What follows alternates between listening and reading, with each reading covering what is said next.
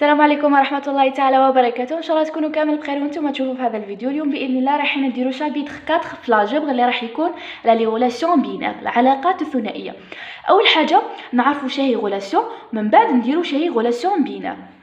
اون جينيرال ولا في حياتنا العلاقه راح تكون بين اشخاص، يعني مثلا كاين علاقه بين الاب وابنه، هي علاقه ابوه، بين الاخ واخيه هي علاقه اخوه.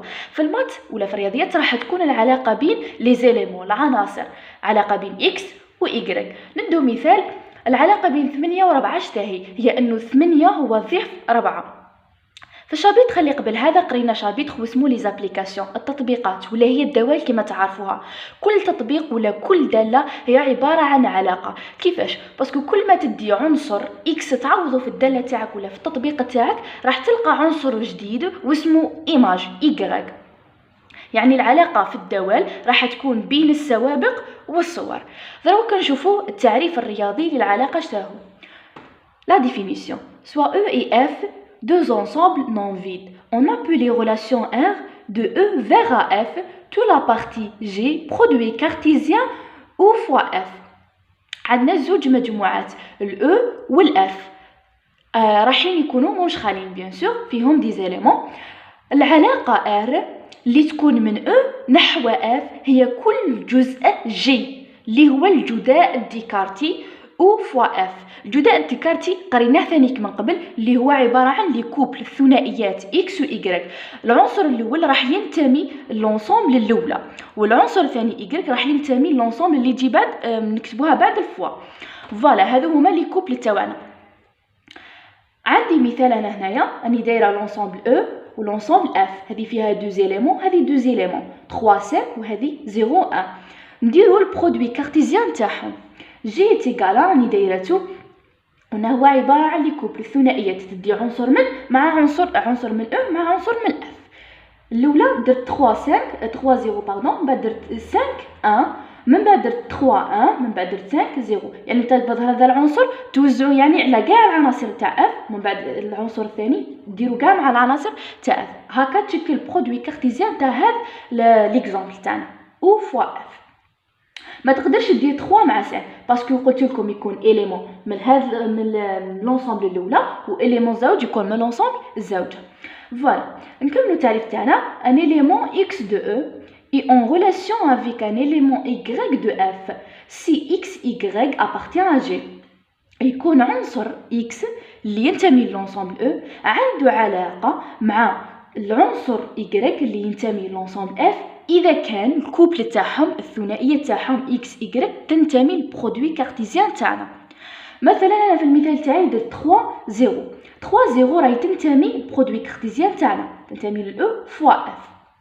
دونك بون هنايا راني كتبت لكم غومارك. لورسكان كوبل إكس إيغريك فيريفي لا غولاسيون إر أون إكري إكس إر إيغريك. يعني إذا كان هذا الكوبل كيما هنايا 3 0 راه يحقق لنا هذا الشرط تاع الغولاسيون اللي هو ينتمي للبرودوي كارتيزيان تاعنا.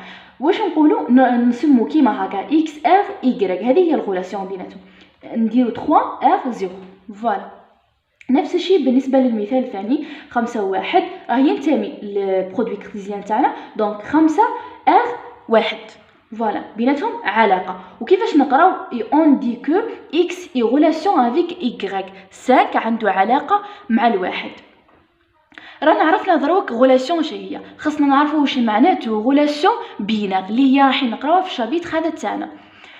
رانا كاتبينها في السطر التالي تاع لا ديفينيسيون. سي او est égal à f on dit que la relation R est binaire. إذا كانت ال E تساوي ال F فإن العلاقة تاعنا هي علاقة ثنائية.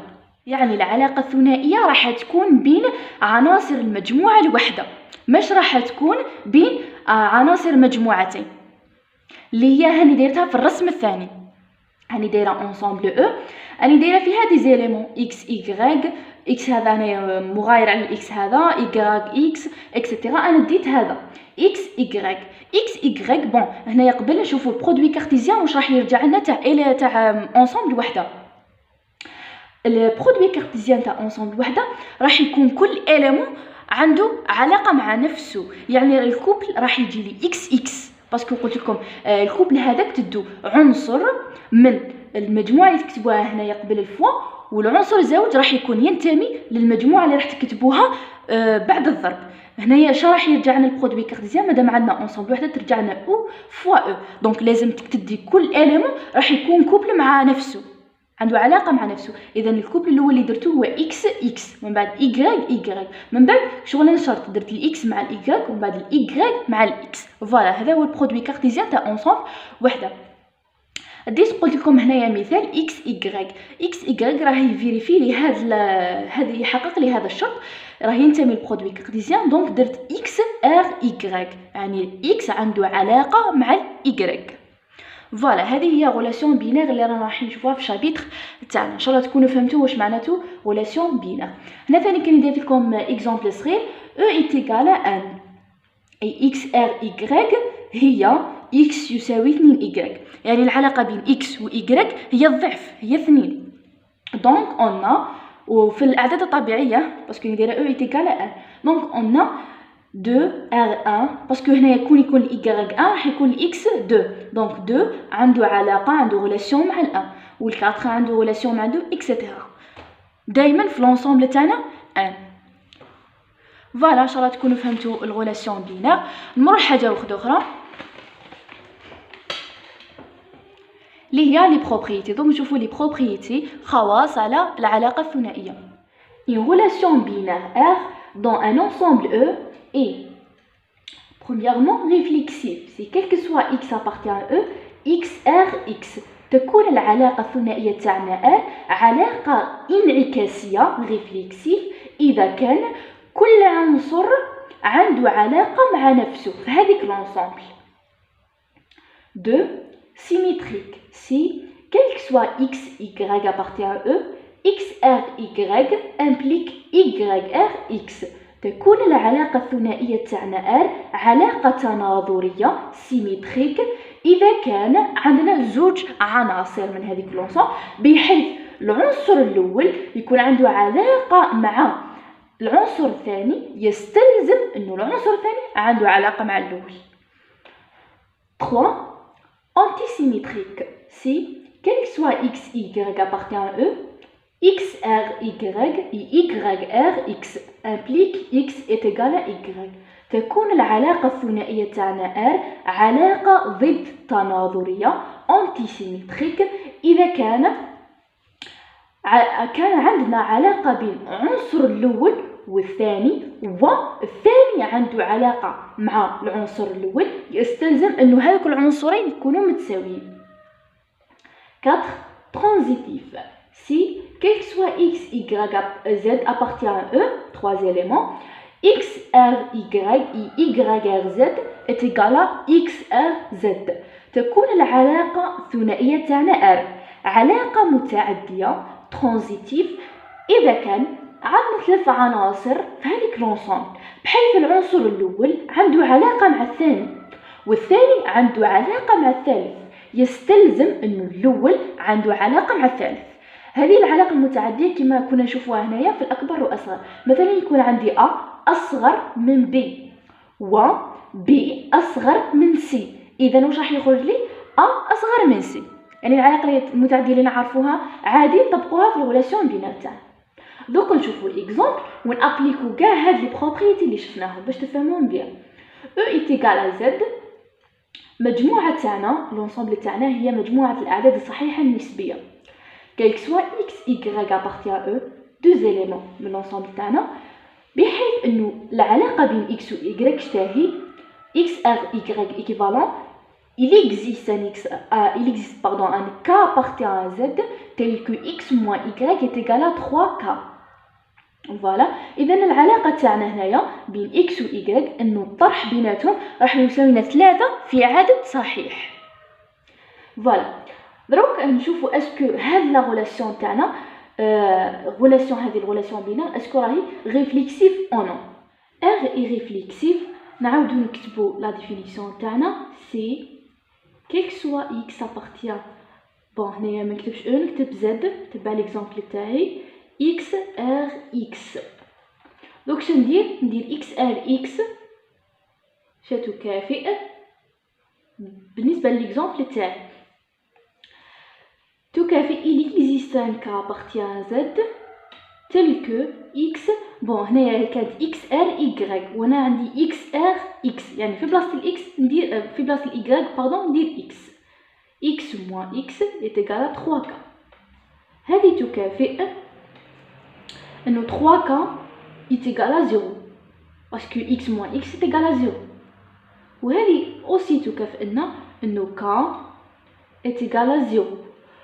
هنا عندنا في الكونديسيون تاع ليكزومبل تاعنا il existe un cas appartient à z، يعني اللي هذا الكا ينتمي لزد، وبيان سور 0 ينتمي لزد، يعني صحيحه ينتمي لزد. اذا الار هذه راهي غير فليكسيف. دونك نشوفوا اسكو راهي سيميتريك ولا لا. نفس الشيء نعاودو نكتبوا ليكزومبل لا ديفينيسيون تاعنا اللي هي x r y implique y r x. هنايا في الامبليكاسيون نبدا من الطرف الاول نوصل للطرف الثاني، الاستلزام يمشي في جهه واحده. ندير x r y تكافئ بالمثال التالي، يعني نعاود غير هو ونكتبو كيما راه x moins y est égal à 3k. من بعد شندير نحكس ترتيب الاي والاكس، باسكو انا اصلا في التالي لازم وين نلحق y ار اكس اللي هي تكون y ناقص x تساوي 3k. اذا اول خطوه نحكس بين الاكس والاي في الترتيب تاعهم، تولي لي موان y هي الاولى بلس x est égal à 3k. فوالا انا عندي x ناقص y، اذا شندير هنايا الخطوه الثانيه نخرج الناقص عامل مشترك، تولي لي ناقص برا ناقص y باردون تولي لي y moins x est égal à 3k. فوالا دونك شندير راني لحقت الاي ناقص اكس، بصح ما كانش عندي ناقص هنايا قبلهم، تما لازم نتخلص من الناقص باه نتخلص منها نضرب في الناقص، تولي لي y moins x est égal à moins 3k.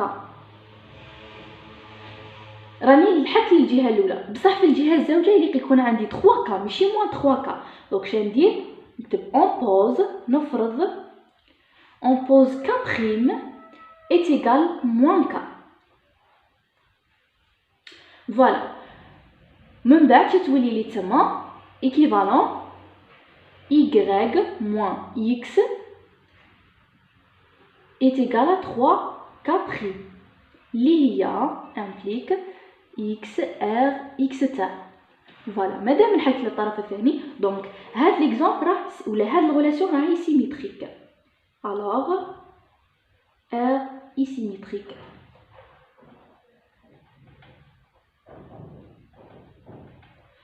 نروح نشوفوا اسكو راهي انتي سيميتريك. نفس الشيء نديرو ليكزامبل premièrement appartient à z هنا tel que x r y r x implique x est égal à y.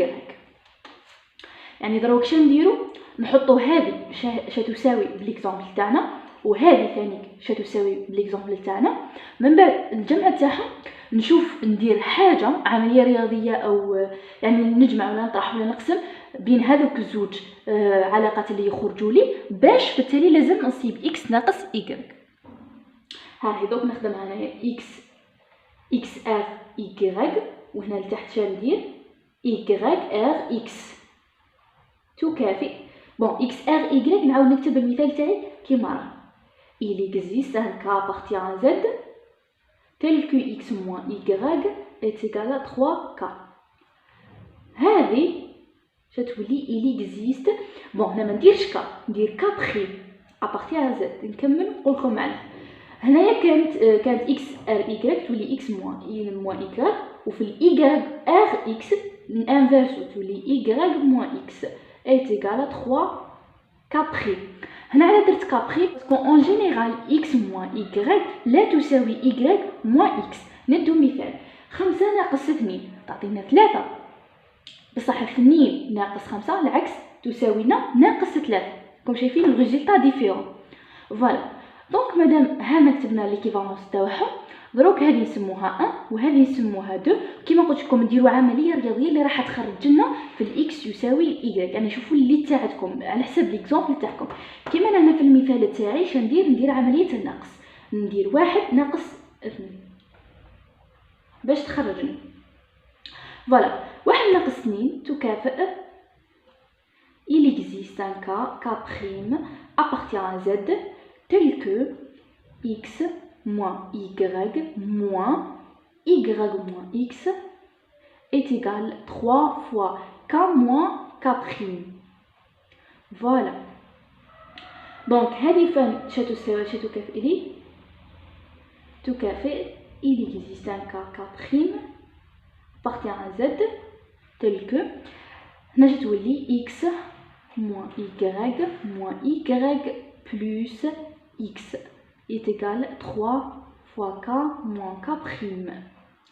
Bon, on pose que K est égal à K'. Pose K est égal à K'. Parce que les autres راهم ينتموا للزد يعني يقدروا يتساووا. Alors شتولي لي هذه x plus x 2x moins y moins 2y شتولي 2x moins 2y est égal à 0. هذه تستلزم انه x est égal à y. Alors R antisymétrique.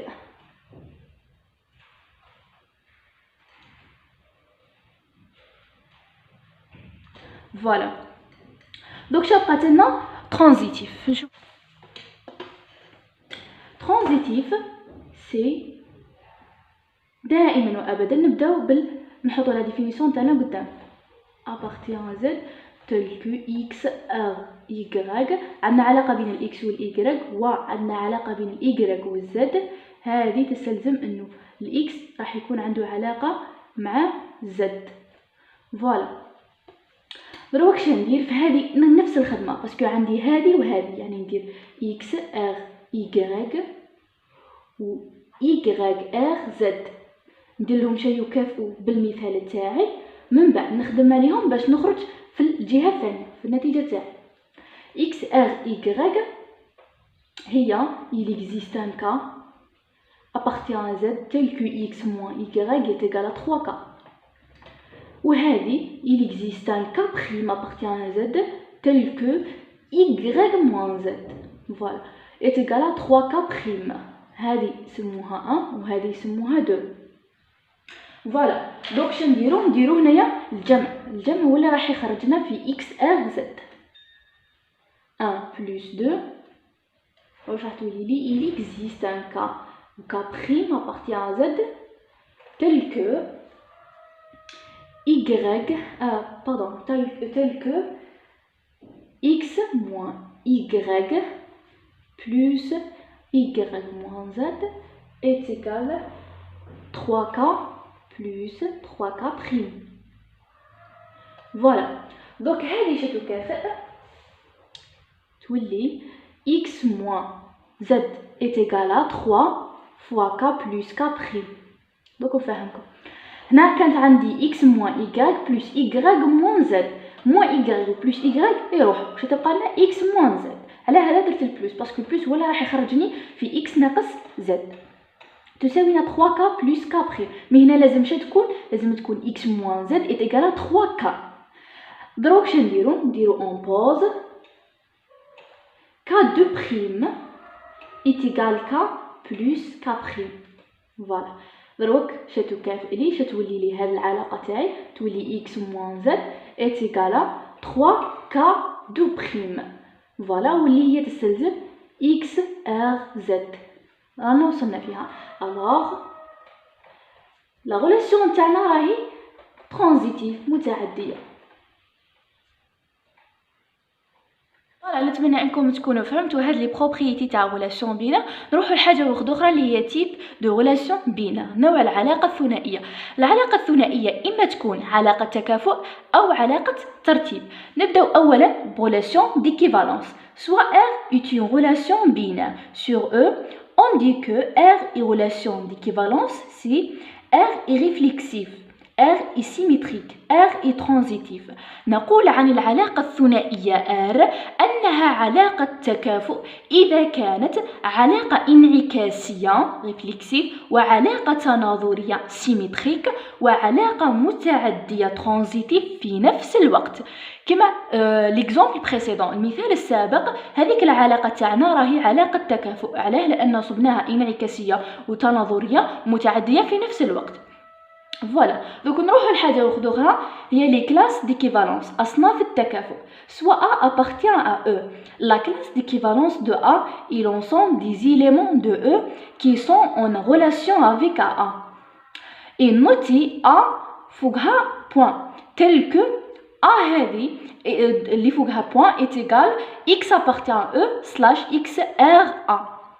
بون اول حاجه كي نجو نهضروا على صفه التكافؤ لازم تكون العلاقه الثنائيه تاعنا علاقه تكافؤ. فوالا هذه اول حاجه. ثاني حاجه الصنف هذا يكون بالنسبه للعنصر في المجموعه هذيك، كما في التعريف تاعي راني مسمياته A. صنف التكافؤ تاع A هو مجموعه العناصر تاع E التي لها علاقه مع A ونرمز لها ب A فوقها نقطه tel que نكتبو A est égal نفتحو حاضنتين X appartient à E معناتها عناصر E نديرو سلاش. هذا سلاش يتقرا بحيث هذو لي زيكس هذو العناصر عندهم علاقة مع ال A. فوالا اكزامبل أول حاجة نكتبو la relation de l'exemple précédent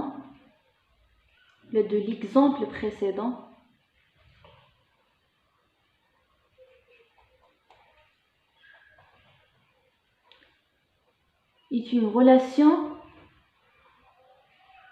d'équivalence.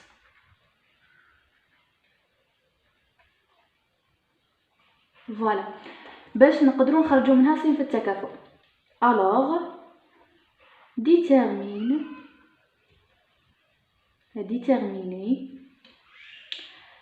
la classe d'équivalence de 0.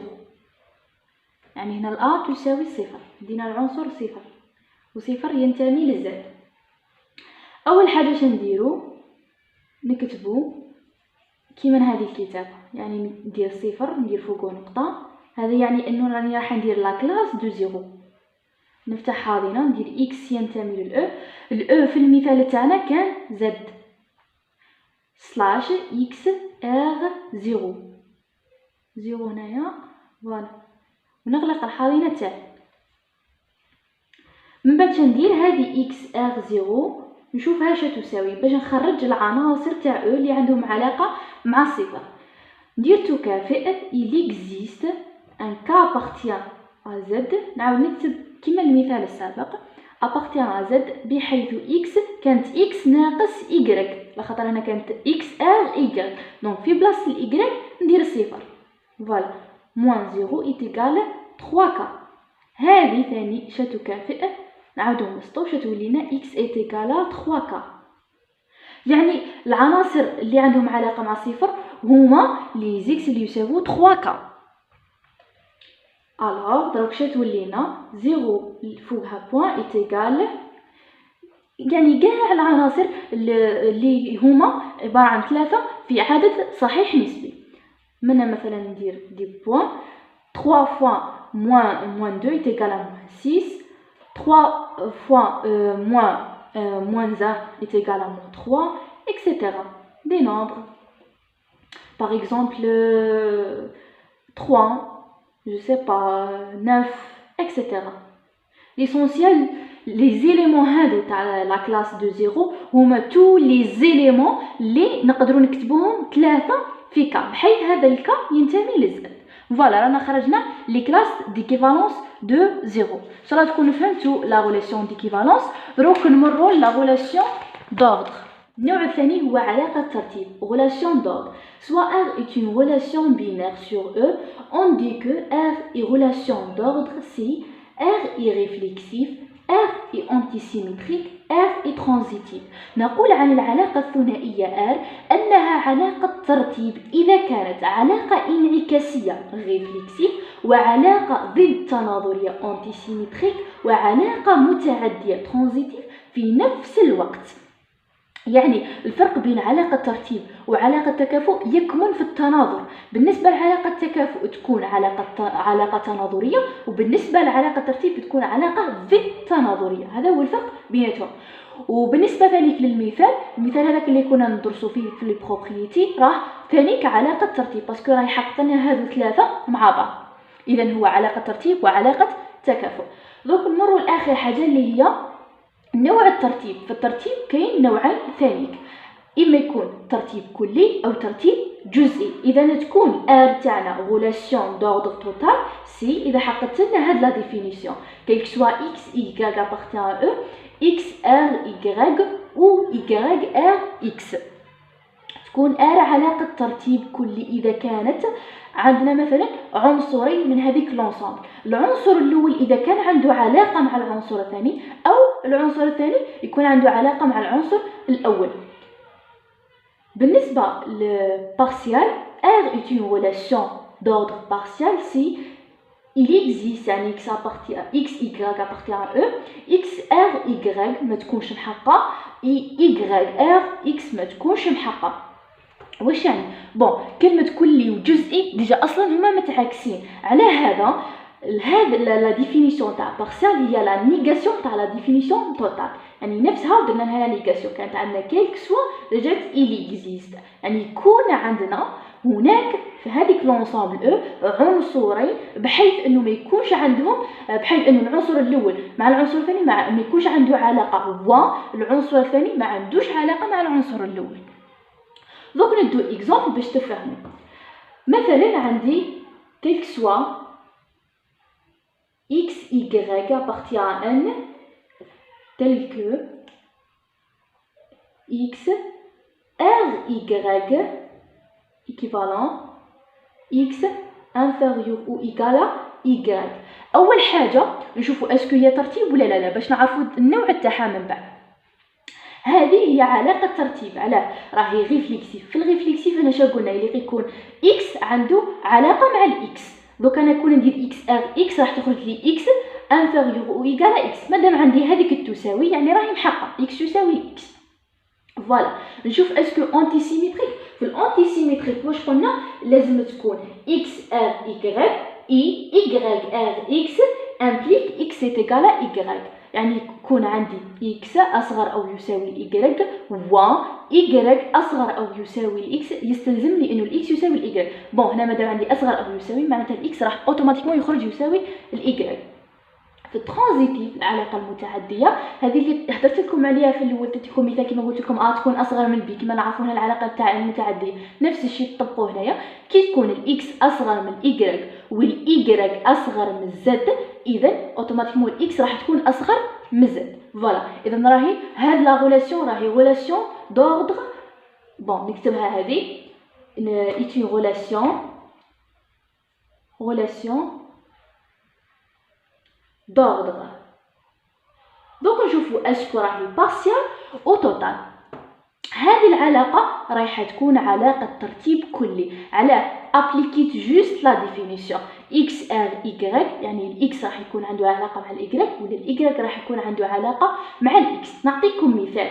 بوكو هنايا باسكو راهي ابارتيان ان، والاعداد الطبيعيه دائما يكون واحد صغير على واحد ولا يكونوا متساويين. هذه هي. ندو اكزامبل. Par exemple,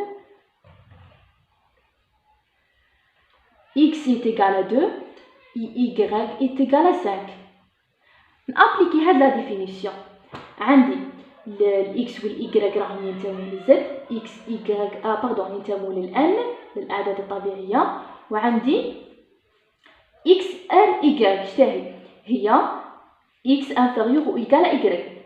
ابليكو المثال تاعنا يعني 2 اصغر او يساوي 5، او y ار اكس شتاهي هي y انفيريور او ايغال اكس. بالنسبه للمثال شتولي 5 اصغر او يساوي 2. بون في هاد لا ديفينيسيون عندي الاو لوجيك الاو، يعني باش يكون هاد لا ديفينيسيون جوست يكفي انه تكون وحده في هادو الزوج صحيحه. هذه قريناها كامل في الشابيتر الاول تاع اللوجيك. يعني يكفي انه تكون وحده صحيحه من هادو، يا 2 اصغر او يساوي 5 ولا 5 اصغر او يساوي 2. وينها اللي صحيحه؟ هذه. وهنا دائما كي تدي زوج اعداد طبيعيه راح تكون العلاقه بيناتهم يعني واحد راح يكون اصغر من الثاني، يعني دائما تتحقق لك وحده في هذا. على هذا قلت لكم هذه الريلاسيون دوردر توتال. اذا نكتب لكم هنايا توتال. وبالنسبه للبارسيال في ليكزامبل اللي ديناه نعاودو نكتبوه. قلنا مهما يكون x y appartient à z, x r y implique il existe un cas appartient à z tel que x moins y est égal à 3k. هنايا قلنا بارسيال ضد توتال، يعني باش تبين انه هذا اوردر بارسيال شدير يكفي انك تبين انه مش توتال. باش تبين انه مش توتال لازم تجيب مثال مضاد اللي راح يخلي لك مثال مضاد، يعني يخلي لك هاد لا ديفينيسيون فوق. نجيبو مثلا مثال مضاد، مثلا تكون الاكس نكتبو باغ اكزامبل x est égal à 0 et y est égal à 1. appliquons هذا l'exemple واش راح يولي لي x r y équivalent تولي لي il existe un cas appartient à z tel que 0 moins a est égal à 3k. voilà. نزيدو نبسطو تولي moins a est égal à 3k.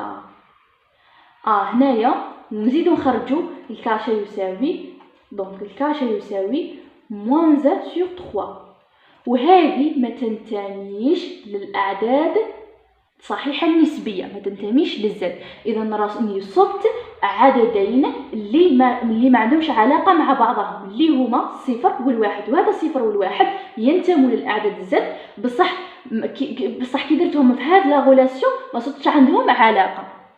دونك واش نقول على هاد لا غولاسيون تاعي؟ اي غولاسيون دوردر بارسيال. دونك ار اي غولاسيون دوردر بارسيال. وجينيرالمون في لي زيكزارسيس راح تلقاو غولاسيون بارسيال.